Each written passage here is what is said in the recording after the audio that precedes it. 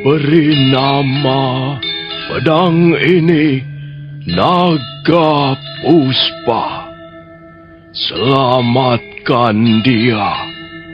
Jangan sampai jatuh ke tangan pendekar berwatak jahat.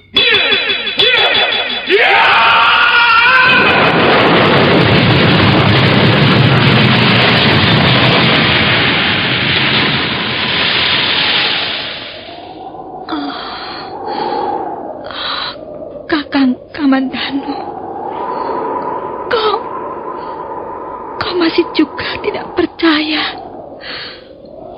bahwa aku mencintaimu. Meisin, maafkan aku, Meisin. Meisin. Meisin!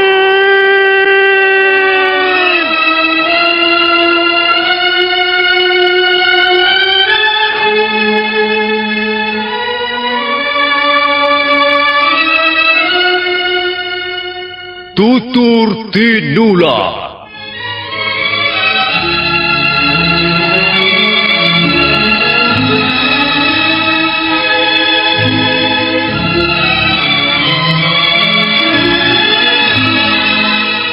Sebuah sandiwara radio serial, produksi Sanggar Cerita dan teater Sanggar Prativi. Sebuah kisah dengan latar belakang sejarah runtuhnya Singasari dan berdirinya Kerajaan Majapahit.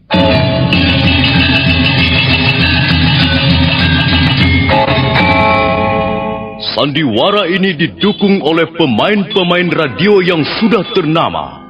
Ferry Fadli, Ivone Rose, dan Eli Ermawati.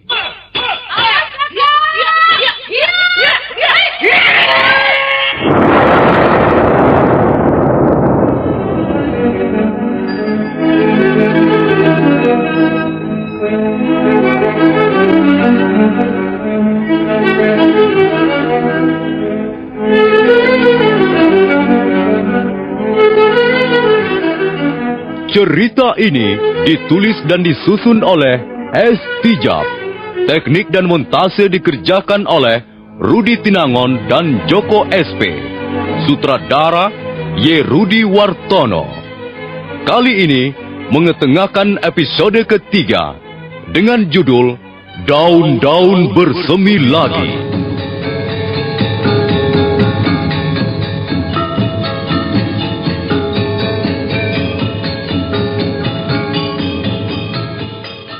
Dalam seri yang ke-73 ini didukung oleh para pemain Edi Dosa sebagai Lo Sisan, Eli Ermawati sebagai Meisin, Ferry Fadli sebagai Arya Kamandanu, M. Pratomo sebagai Kebo Kluyur, Narto sebagai Adisara, dan pembawa cerita Nusri. Selamat mendengarkan.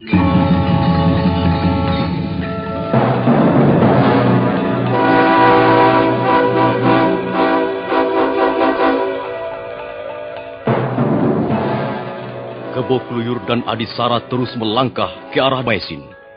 Setelah sepeminuman teh lamanya berjalan, mereka pun sampai di sebuah jalanan berbatu. Jalan itu menanjak dan kanan kirinya penuh ditumbuhi tanaman liar. Aku yakin sekarang kita bisa menangkap dua orang asing itu, Adisara. Menuju kemanakah jalan berbatu ini, Paman? Aku sendiri belum tahu. Tapi memang tempat ini sangat bagus untuk bersembunyi. Letaknya terlindung oleh gundukan bukit-bukit kecil. Pasti rombongan Tuan Empu Tong Bajil tidak akan pernah sampai kemari. Iya, mereka berpencar ke arah lain, Paman. Dengar, Adisara. Pendekar asing itu, menurut Tuan Tong Bajil, terluka parah di bagian lambungnya. Kalau sekarang ini kita sergap, pasti dia tak akan berkutik.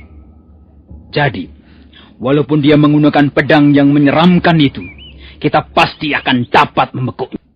Lagi, kesempatan baik ini harus kita gunakan.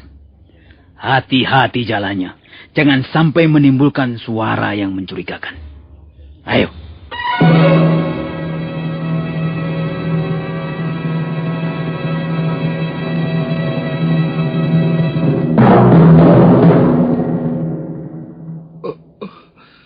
Sementara itu pendekar Lau sudah mulai sadar dari pingsannya. Dia mengeliat dan berusaha untuk duduk. Di mana Mesin? Mesin! Mesin! Aduh, lambungku seperti terbakar. Dan panasnya menjalar ke atas, memenuhi rongga dadaku. Apakah aku masih bisa disembuhkan? Rasa-rasanya lukaku terlalu parah. Pukulan orang cebol itu sungguh dahsyat. Aku mendengar ada suara langkah menuju kemari. Mesin! Kaukah itu, Mesin? Suara itu berhenti. Jangan-jangan bukan suara langkah istriku. Pendekar Lau baru saja menghentikan pikirannya tentang langkah-langkah mencurigakan itu, ketika mendadak Kebo Kluyur dan Adisara melompat ke depan gua.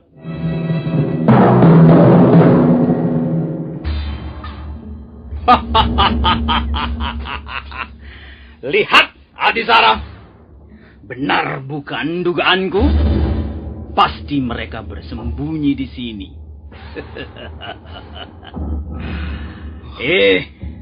Apa kabar pendekar asing? Kalian pasti orang-orang yang mengejar kami. Hah? Iya, benar. Dan sekarang kamilah yang akan menangkapmu. Apa yang akan kulakukan? Apakah aku bisa mengadakan perlawanan kalau mereka nanti menyerang? Paman Kebo Kluyur. Iya. Agaknya lukanya itu benar-benar parah, Paman. Itu lebih bagus. Kita tidak perlu susah payah untuk membekuknya, bukan? Tubuhku merasa lemah sekali. Dan rasa sakit di lambungku semakin menyengat. Rasanya aku tidak akan mampu lagi untuk bertempur melawan mereka. Orang asing. Kami tahu lukamu itu cukup parah. Karena itu, kami sarankan agar kau dengan sukarela menyerah. Kami tak akan membunuhmu. Bahkan kami tak akan menyakitimu. Menyerah? Apakah aku harus menyerah? Tidak. Aku akan melawan. Aku harus melawan apapun yang akan terjadi. Lihat, Paman. Dia masih mencoba untuk berdiri, Paman. Dia tak bisa berbuat apa-apa lagi. Hanya dengan kemampuan berdiri sempoyongan seperti itu, dia justru akan membuat lukanya semakin berat. Apa yang kalian inginkan dariku? Cepat katakan. Kalau kau ingin agar aku menyerah, maaf, aku tak bisa memenuhi keinginan kalian itu. Jadi kau yang sudah setengah mampus itu masih mau melawan? Gila! Pendekar asing ini benar-benar gila disarap. Tapi justru kegilaannya itulah yang membuatnya lebih celaka.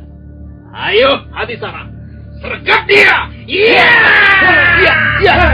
Aduh!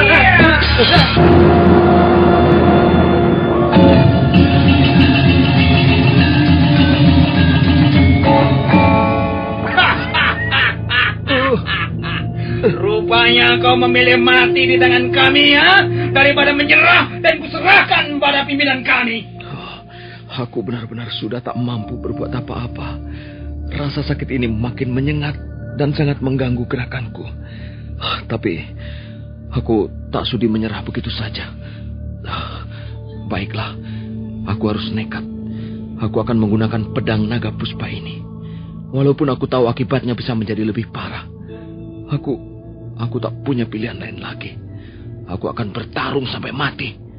Iya.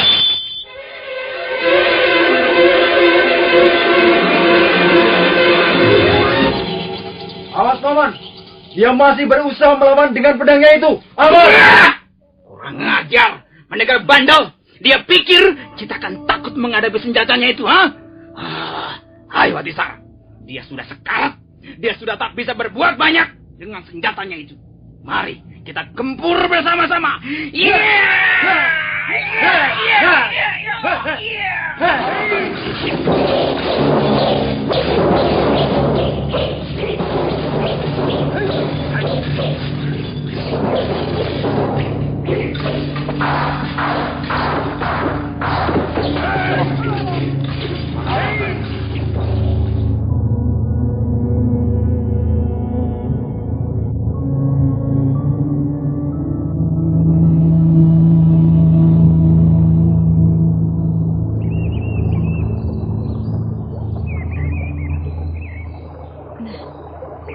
Benar dugaanku, bukan? Ada sungai di sekitar tempat ini. Airnya bening sekali. Tapi apakah di tepian sungai ini tumbuh daun-daunan yang kubutuhkan? Sebentar. Aku harus mencarinya. Nah, ini ada daun yang pinggirannya bergerigi. Untung sekali aku dapat menemukan daun ini. Tapi masih ada 2 jenis daun lagi. Entahlah, apa di sini ada ataukah tidak? Maisin terus memetik daun-daunan di sepanjang tepian sungai. Tapi ketika dia bermaksud memetik daun jenis lain yang bentuknya panjang-panjang seperti pita seorang gadis remaja, dia merasa kesulitan karena tangkai daun itu menjorok ke arah sungai. Bagaimana caranya mengambil daun-daunan itu? Justru daun seperti pita itulah yang jumlahnya cukup banyak. Daun itu harus ditumbuk. Airnya diperas untuk campuran air rebusan 2 jenis daun yang ini. Bagaimana caranya ya? Pada saat itulah Maisin terkejut karena mendadak dia melihat seorang laki-laki berpakaian lusuh. Laki-laki itu masih cukup muda. Tubuhnya agak kurus, tapi nampak perkasa. Dia berdiri bersandar di sebuah batang pohon, dan pandangannya menatap ke arah pusaran air yang deras di permukaan sungai di bawahnya. Bergegas Maisin menghampiri laki-laki tak dikenal itu.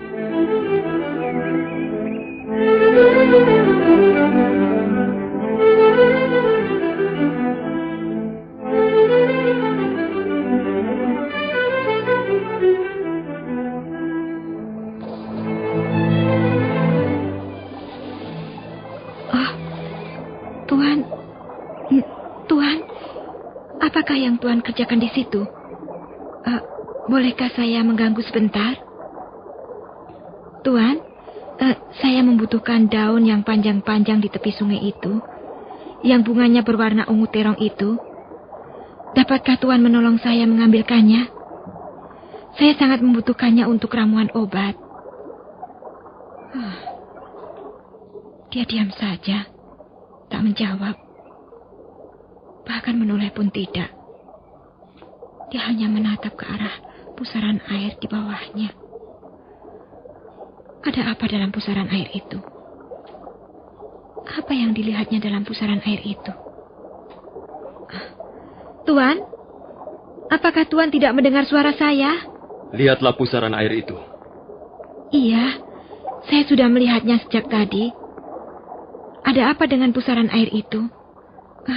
Saya tak dapat melihat apa-apa, kecuali air yang berputar-putar. Kemudian berpencar dan hilang di sebelah sana.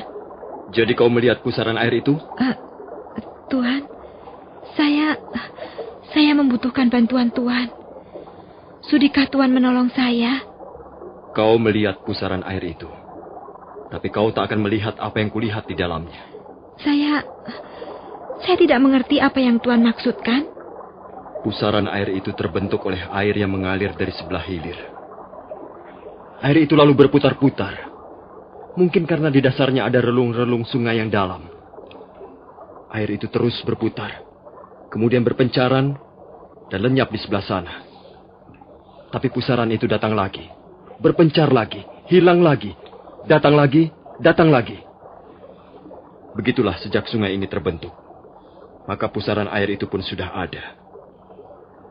Sungai ini adalah garis kehidupan manusia. Dan pusaran air adalah gelombang jiwa manusia yang tengah bergolak.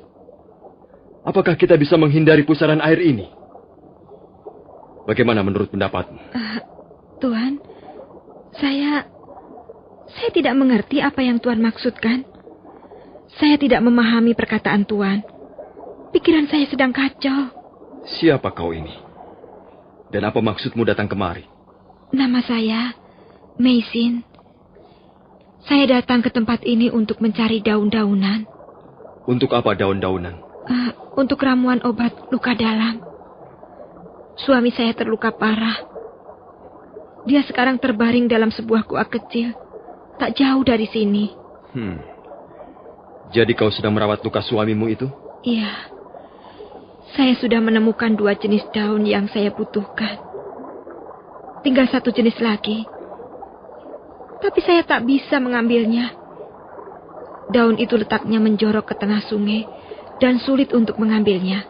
Daun apa itu? Saya tak tahu namanya.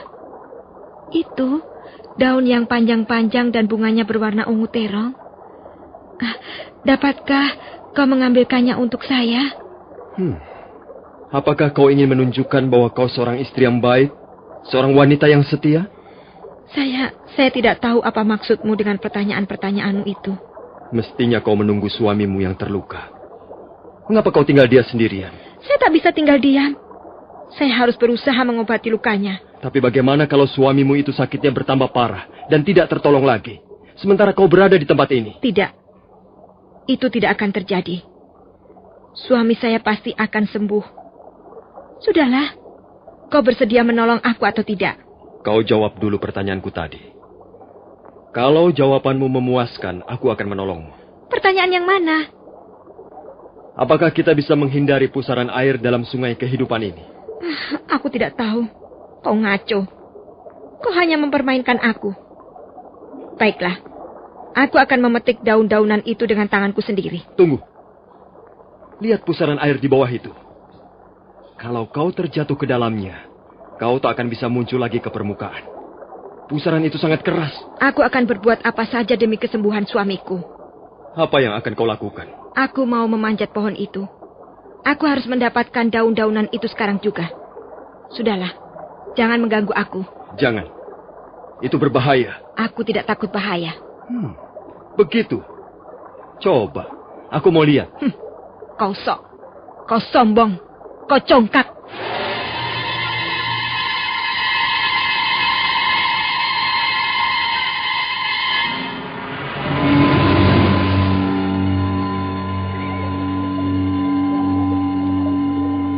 Maisin segera melompat dan berlari ke arah pohon yang dimaksudkan.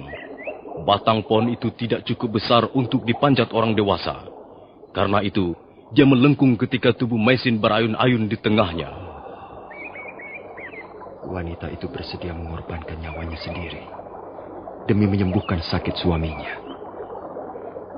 Apakah itu yang dinamakan cinta sejati yang diberikan seorang wanita pada laki-laki? Wanita itu nekat sekali. Batang pohon itu bisa patah dan dia pasti akan tercebur ke dalam pusaran air di bawah. Nah, apa kataku? Pohon itu pasti akan patah. Hiat!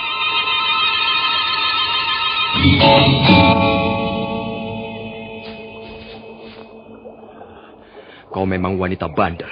Kau terlalu berani, tapi kau kurang perhitungan. Aku harus menyelamatkan nyawa suamiku. Kau jangan menghalang-halangi aku. Aku berterima kasih sekali karena kau telah menyelamatkan aku. Tapi kumohon sekali lagi, kau jangan melarang aku. Kamu apa lagi? Aku belum mendapatkan daun-daun itu. Aku akan memanjat lagi. Kau tidak usah memanjat lagi. Lihatlah.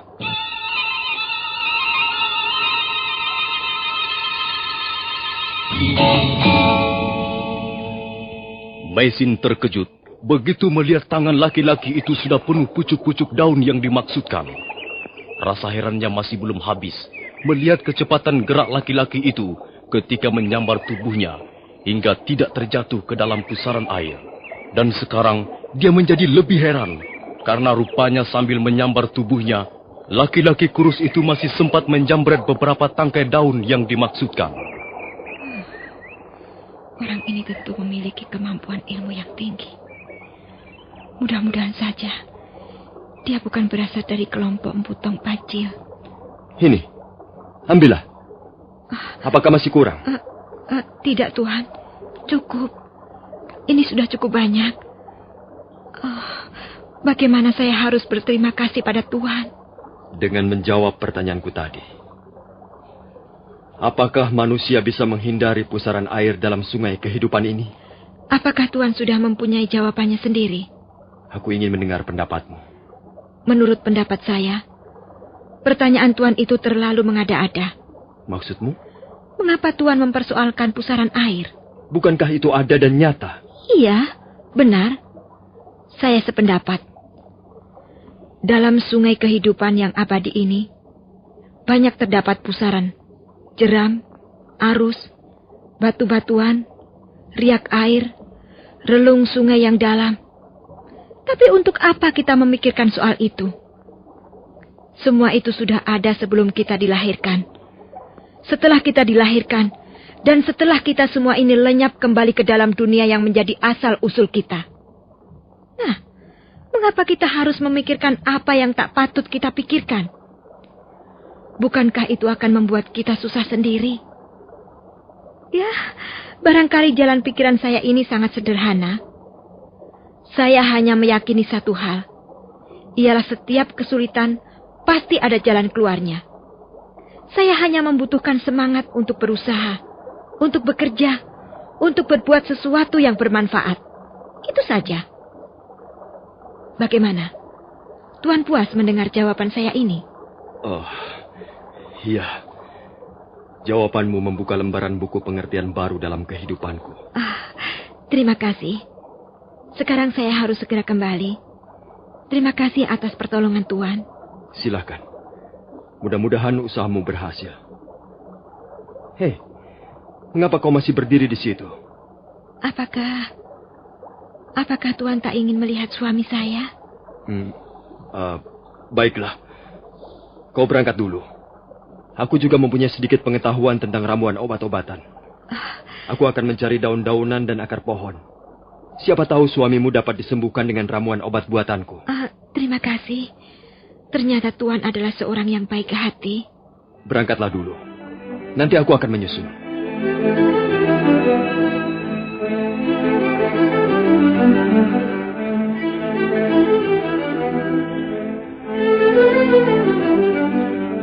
Maisin bergegas melangkah kembali ke gua, di mana pendekar Lo ditinggal sendirian.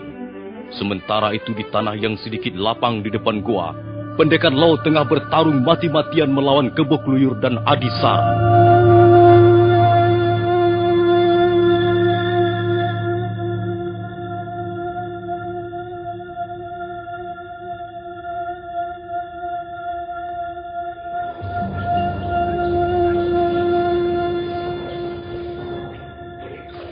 Pendekar Lo nampak kewalahan menghadapi dua pendekar yang terus memberondongnya dengan serangan silih berganti. Hal itu bukan saja akibat luka dalamnya yang cukup parah, tapi juga akibat pengaruh pedang naga puspa sendiri.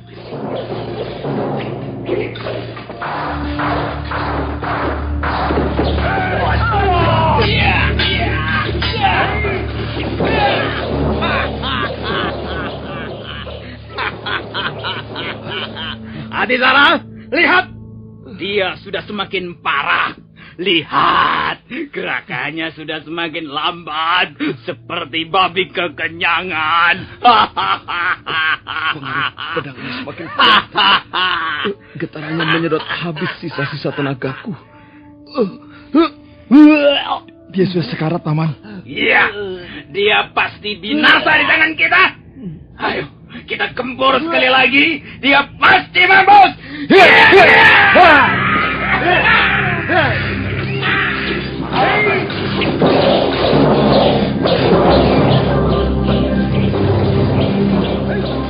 Kebo Kluyur dan Adisara segera melompat ke samping.